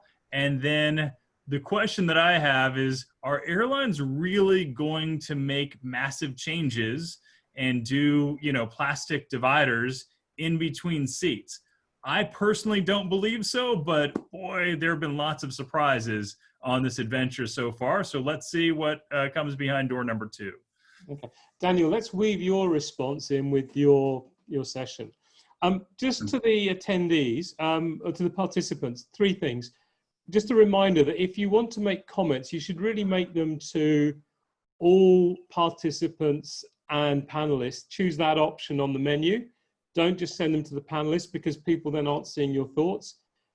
Secondly, encourage people to vote for the questions you most want answered, because we'll be putting those to the panel members as we go through. And finally, a few people are putting your hands up, but I'm afraid we don't have time to bring in people for those kinds of discussions on this webinar, because there's so much content that we wanted to share and so many participants that we've got so many questions. We want to do justice to them all, and the voting system seems like the fairest way of getting the most representative questions answered. So Daniel, let's move on to you. You're a seasoned industry analyst and observers. You're watching this unfold with, a very vested interest, if you like. What do you see as the critical implications of all this for both the future of the industry, but also collaboration within it? What's your take on this at the moment? Yeah, well, look, at FT, I guess what makes us unique is we've always focused on trying to bring all stakeholders together to look at the future collectively. And we are huge believers in collaboration, but I think we've kind of touched on this today, that it's a word that gets used all the time, but to be honest, not too many people practice it with real intention. And obviously that's kind of unusual when you think about this industry as one that relies on hundreds of companies to deliver that end-to-end customer experience and all the other things that go on behind the scenes to keep this industry moving. And over the next few months, this industry is going to have to completely reimagine the way it does many things, and it's going to take incredible collaboration and teamwork to develop those ideas and bring them online quickly and successfully. And, obviously we've touched on this, public confidence is obviously at a very low point right now, and it's just so important that we get these next steps right. And obviously, I think, you know, we've touched on things today about health and digital passports and this kind of thing. And I think we're going to need to collaborate with other industries and other places that we've never needed to collaborate with before. So I think it's absolutely essential that obviously we do find ways to truly collaborate with real meaning now. And my experience on collaboration, having looked at this down the years many times, is that if you really want to develop significant new approaches to collaboration and do things that really make a big difference, is you have to bring all the stakeholders to the table early and co-create these ideas together. I've seen many instances of this, and what you really need to do is obviously that you need people to come to the table and feel like they're contributing and helping shape that plan and taking some ownership and belief in it. You cannot have one stakeholder coming up with a plan, because it will not, as I touched upon earlier, this industry has so many players involved and there's so many stakeholders, and no single player can think holistically about how these changes will impact all the other people involved in the chain. So we really need to get everybody around the table and think and build these plans together. Now, obviously, we kind of have an opportunity in the sense that there's a lot of planes grounded, there's a lot of airport terminals that are empty right now, and we can co-create and forge these plans now, go and test them and refine them so that when the public do come back, these things absolutely work. Because in this age of social media and obviously the great interest that the media has right now in travel, if we come back, if passengers come back and the social distancing isn't working and these processes are not good, it's not clean and sanitized, etc., then we've got a major disaster on our hands, and we're going to be a lot worse off than we were a month ago. So as I say, there is an opportunity here to obviously co-create these solutions that will work for the long term. Now, I think it's really important as well that this industry develops ideas and then shares them around the world. And obviously here at FTE, we're working really hard to share some of the best practices and ideas that we're seeing around the world. And there's a lot of those coming out at the moment. So I think obviously everybody needs to make their efforts to do that. Obviously, things like LinkedIn are proving very, very good platforms for people to share the ideas they have and the things that they're doing. But I have to say I'm particularly proud of the FTE Innovation and Startup Hub, which is the world's first air transport innovation network that has now 15 of the world's largest and most innovative airlines and airports as members, and we get together both physically and virtually to share ideas and practices. And last week we had a video call which was really, really strong, where all of the members were being very open with their concerns and sharing their specific solutions they were coming up with to help with things like boarding and sanitization and things like that. And actually, we're going to try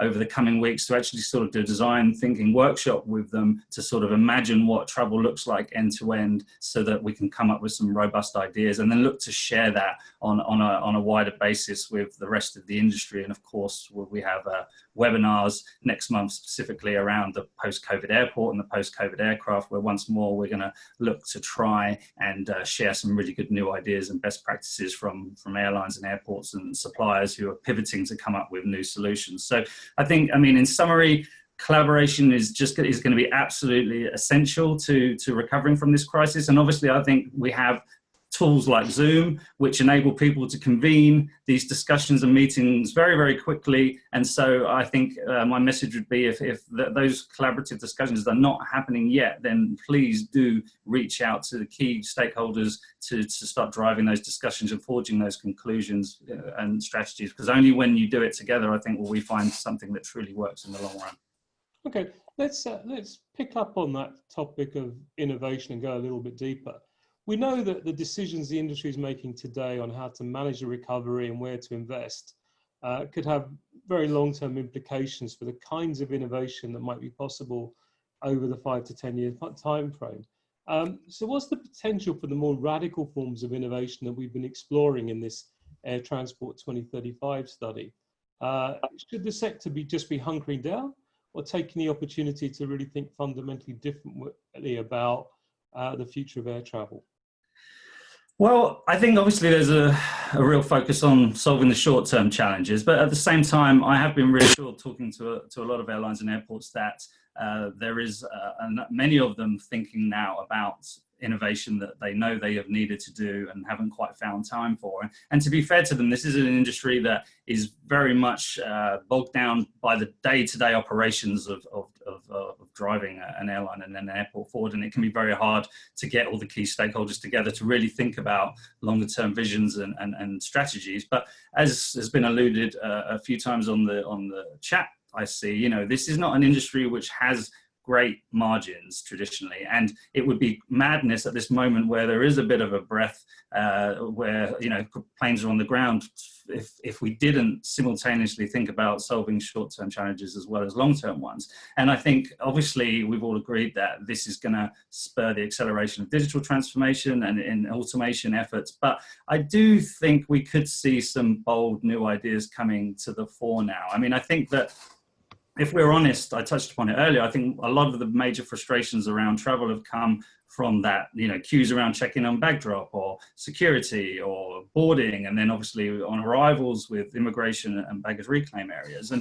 we've been quite lucky here at FTE that people come to us quite regularly with some quite bold visions about what the future might look like. And, you know, there's been a couple that have kind of had similar approaches to some degree, and I'm going to share those today because I just think it's a good idea that we do start thinking about some more radical approaches. And, you know, I can imagine, you know, by 2035 or perhaps sooner, this idea that we should be getting rid of our baggage, you know, way in advance of getting to the airport. And then perhaps we would be visiting, you know, remote terminals that are downtown or away from the airport where you can, you know, go through immigration with biometrics and get your security screened at these locations, and then perhaps board a bonded bus with departments and take that airside to alongside the plane and get on the plane that way. I think that these are the kind of, I've heard a number of people talk about these kind of ideas, and obviously we've had a lot of incremental change around this industry, but perhaps these are the kind of big ideas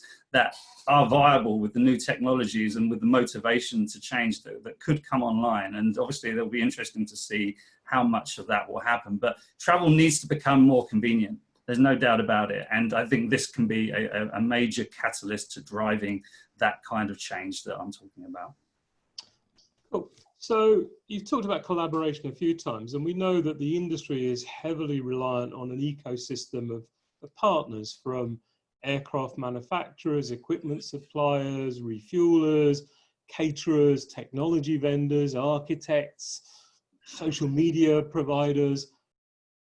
They all work together, and the entire supplier base, I guess, has been hit quite hard by what's happened. What do you see as the implications for that supplier base going forward? How do their strategies need to evolve in order to best respond to what's happening to their customer base? Yeah, well, I think, you know, this is going to be a slow recovery, and there's not going to be too many airlines or airports or ANSPs who are going to write big checks anytime soon. But I think there are some opportunities, because I think that there's no doubt that industry stakeholders are going to need to focus on a number of things. Obviously, these efforts to bring passenger confidence back and create this more sanitized and seamless experience. I think clearly the industry needs to work hard on improving communications with customers in the short term. They want to protect their workforce, and they want to increase efficiency of operations and save money wherever they can, as well as find new ways of making money. So I think if I was a supplier, I would be wanting to align my strategies with those kind of core priorities for the industry stakeholders right now. And then on top of that, I think that they have to be willing to take new approaches to how they deal with their customers. I think that you can see scenarios now where suppliers will have to take the risk on a lot of new initiatives if they want to prove that their solution can save money or create new revenues. You know, they're going to have to trial these things at their own risk and then, you know, prove that it works before things are done. I could even imagine scenarios where suppliers will share the savings that are created, perhaps between implementing new technologies into, or new products or processes into the system. You know, be looking at ways of sharing savings versus writing checks, or new subscription style payments or software as a service style approaches to it. So I think that suppliers are going to have to be far more flexible than ever if they want to move their businesses forward and create new partnerships with airlines and airports. But on the plus side, there's no doubt in my mind that air transport is going to bounce back. This is a growth industry. It always was before post-COVID. It's one of the last few growth industries, you might argue, and this will bounce back. And there's obviously major expansion going on in Asia already right now. That's not going to slow down. And I'm sure in a few years, we'll be talking about capacity challenges again in the Western part of the world. So I think we can all feel confident that the market will come back. If I was a supplier, I would be looking to obviously stay close and be flexible to my customers. And I'm sure when the good times return, if you're good to them, they will be good to you at the end of this. So I'm going to pick up on a question from David Wood from London Futurists, who asked about the potential for the kind of Airbnb, Uber type disruption. Are you seeing in any of those suppliers necessity becoming the mother of invention, where they're bringing back to the industry that kind of truly disruptive, truly game-changing idea for how airports, airlines or ANSPs operate? Is anyone coming up with something right now in the midst of the crisis that is a wow moment in terms of how we operate going forward? Are you seeing anything that's making you take a step back? I'm seeing a lot of pivoting, actually. I am seeing a lot of pivoting. And actually what's been interesting is the webinars that we're doing next month, looking at post-COVID airports and post-COVID aircraft. We've put slots aside for suppliers to come and share new approaches. So we've been getting a lot of those approaches recently. And you can definitely see that it's created some emboldened thinking and putting ideas forward that never would have happened like 3 months ago. So I think that, as you say, the crisis is always a good thing to drive innovation. And I do think we're going to see some definitely bolder new approaches that will help that transformation that we obviously all want to see. Okay, excellent, thank you. And very encouraging words there. You all seem convinced that the industry is on a growth path, which really picks up then one of the questions from the audience again, which was around, given that so many of the airlines and airports today are struggling financially and are looking for a lifeline, they're looking for government bailouts, are we on the verge of a wave of nationalizations again, where the public sector effectively becomes the owner of those players? And what does that mean for how they might operate going forward? Let's start with you, Ivan, and then we'll bring the other guys in. Is privatization the way forward to secure the future of the industry? Sorry, nationalization, not privatization. We've done that. Well, I am working in a state-owned enterprise, so the state has always had an important role in managing at least the top management priorities.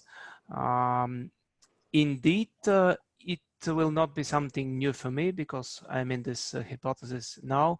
But speaking about other actors like airlines, like manufacturers, you've seen what has happened with Boeing, Federal Reserve measures, etc. With some other players, yes, it might be a changing perspective, probably. For a short or medium-term time, governments will enter into these players, and then there might be different flexibility of what players have. Of course, they will need to think about returning the debt, because nobody gets funding without any return. So they will have to focus not only on customers, but on those who give the funding. So it might change a little bit the perspective about the competition, about the business planning, about the performance of the players. But I don't expect any dramatic changes, because the way the business has been done so far is well paved, and some new things are going to come. But the new actioneers, like states, for example, should not change the perspective. Thank you. Guys, I'm going to ask each of you to try and keep your answer to 1 minute on each of this, because I want to try and get in one more question after this. So Antoine, let's start with you. Is nationalization the way forward for the industry, inevitably, and how do we respond to it? I don't think so. I think right now, again, is a very difficult, challenging situation from lots of aspects, but of course from an economic perspective. What we need right now, and other stakeholders are saying are in the same boat as well, is more support and relief from governments. I think to get us out of this situation and then to start getting out of the recession, slowly building the market, and then get back to the numbers we had originally at the beginning of the year, whether it be in 2 years again or shorter or a bit longer. We just came out actually with a policy brief just very recently on guidance in terms of government support. I mean, and you mentioned some of them. I mean, this millions of jobs that need support, liquidity support to be protected. We need government tax reliefs, waiving of certain concession fees, maybe in certain privatized model. This type of flexibility to get us back on that L curve, but going back and hopefully getting to a U curve, to be able to get back to business and put back people at work and revenue, get the economy going. So I don't see a big change in the models. I'd see change maybe in the role in the short to medium term. Joe, ownership, is it going to change? It's not going to change. I believe that governments will step in with financial assistance as merited. What is harmful to our industry is when governments pick winners and losers. What was done in the US was grants and loans with very specific end games.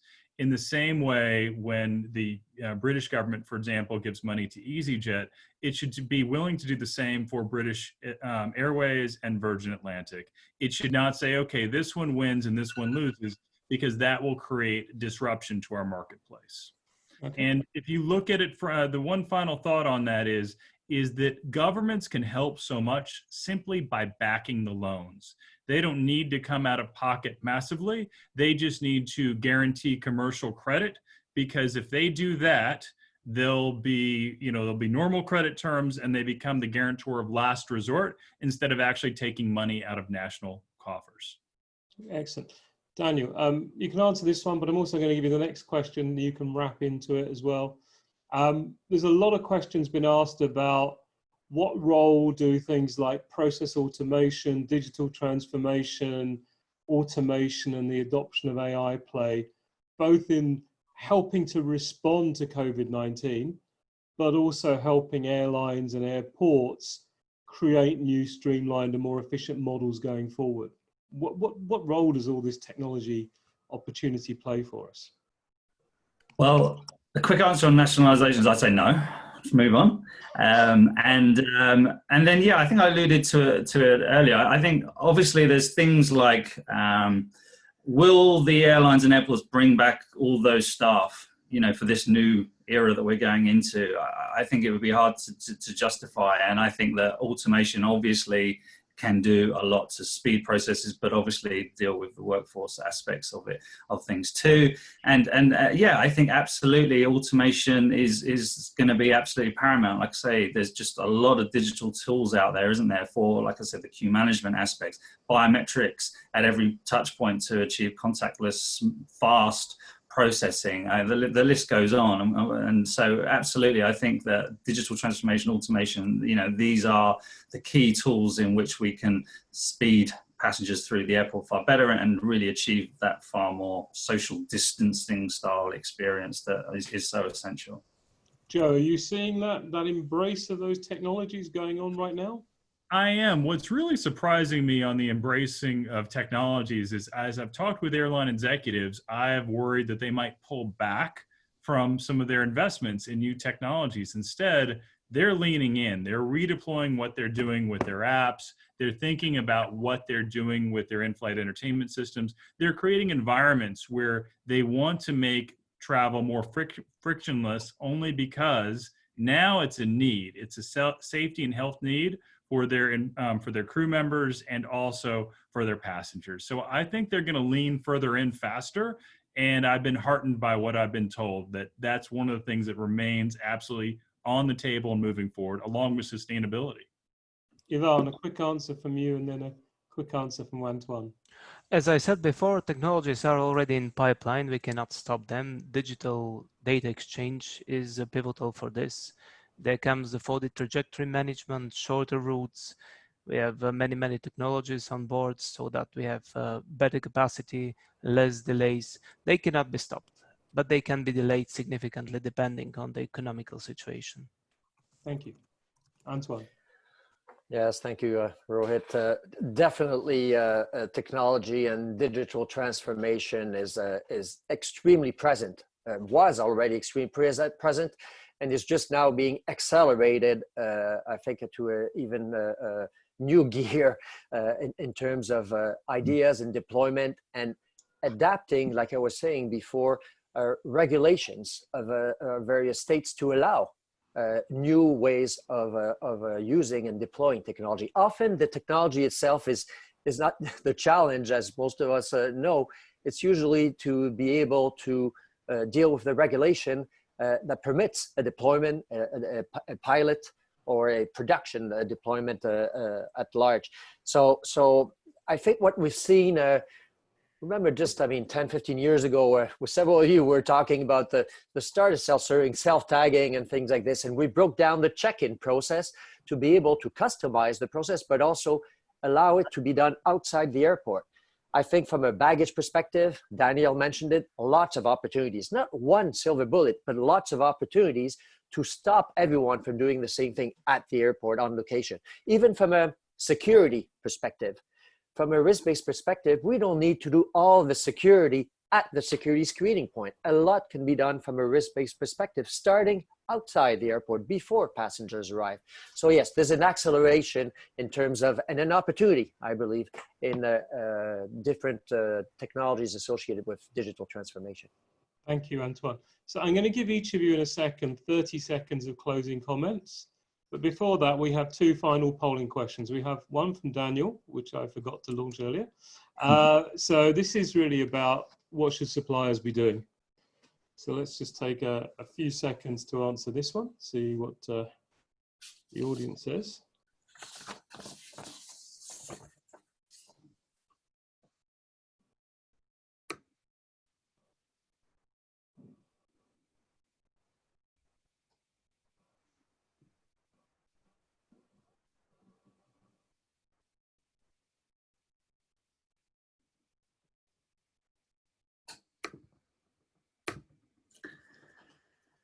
Okay, 5 more seconds. Get your vote in. Yeah, excellent. We've now got 50% voted. Let's see what the answers show us then. So the results show that, interesting that adapting payment terms wasn't seen as the most one. It's product offering and pivoting that seem to be the two most important ones. Okay, let's take the final question, which, given all that you've heard, the question here is, what do you think, when do you think the sector will return to 2019 levels of business? You've heard various arguments. We're talking potentially out to 5 years. And there's one or two hopeful people thinking it's only 12 months. A lot of suppliers wanting to know who you are. Okay. Pretty even split between 2 years and 3 years. And that's nicely optimistic. I think that's interesting timescale. Excellent. Can you display that, Rohit, because it's not showing up? Sorry. I thought you could see it as it was going up. It was just me who could see all that. Sorry, there you go. There's the answer. So I haven't quite mastered my black belt in polling yet. Great. Okay, so let's go around the panel. And before we've got a few closing slides, but before we do that, let's just literally get 30 seconds from each panel member on your final thoughts around scenarios in the post-pandemic world for air transport. Ivan, let's start with you.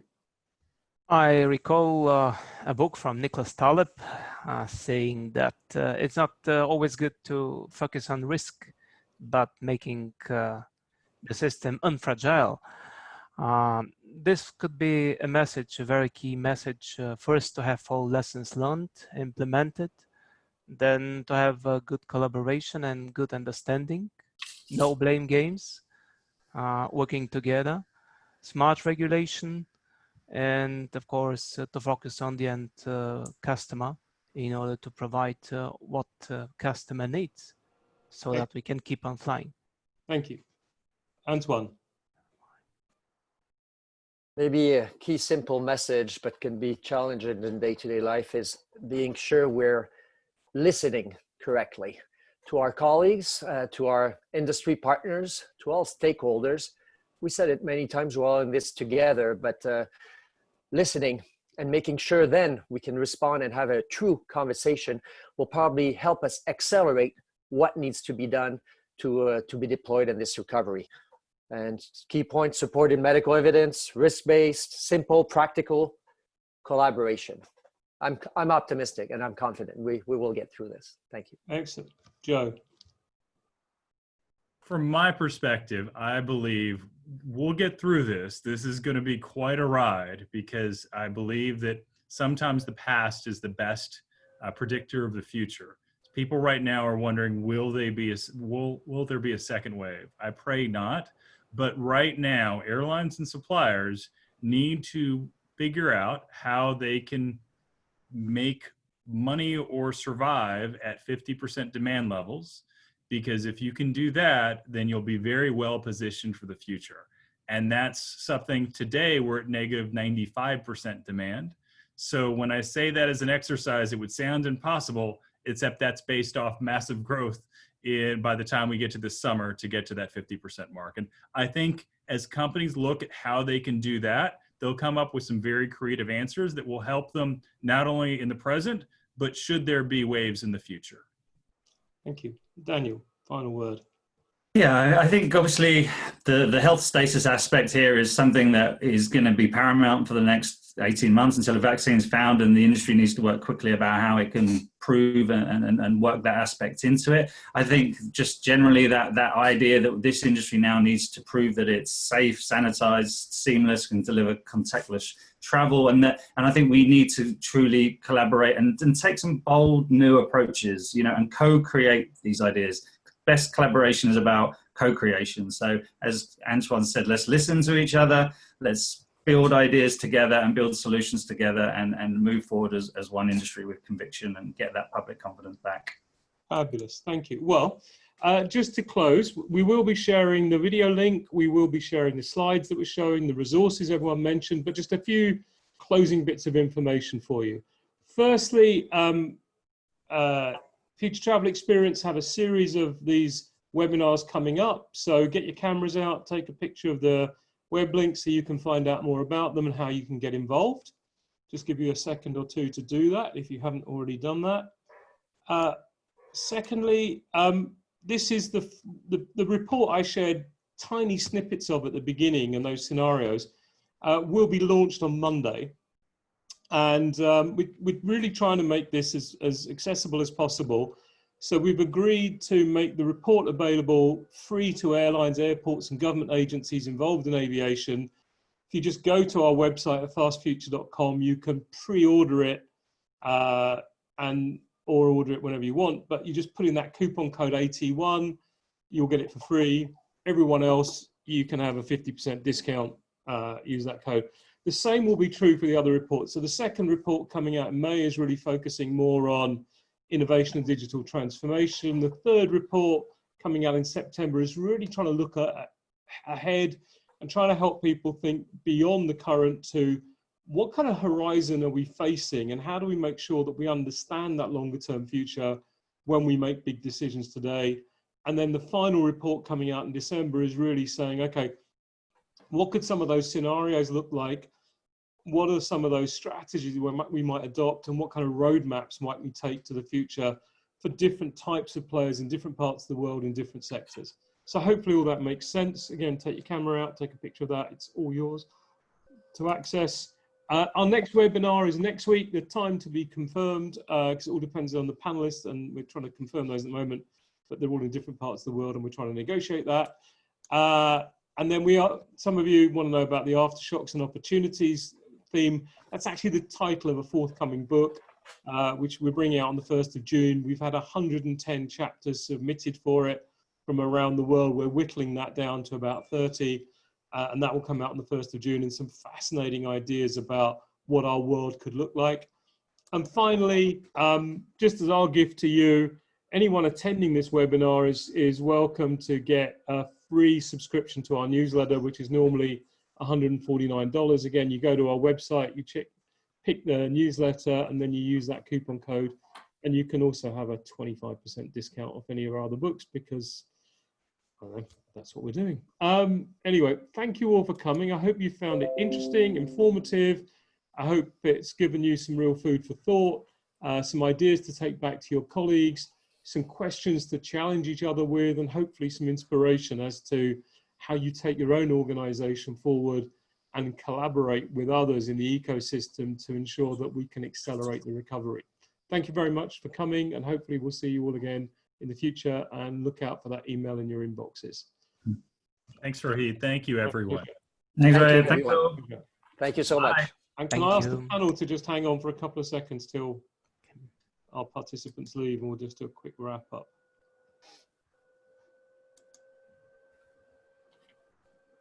Might want to stop recording as well, just as a heads up. Yeah. Just doing that.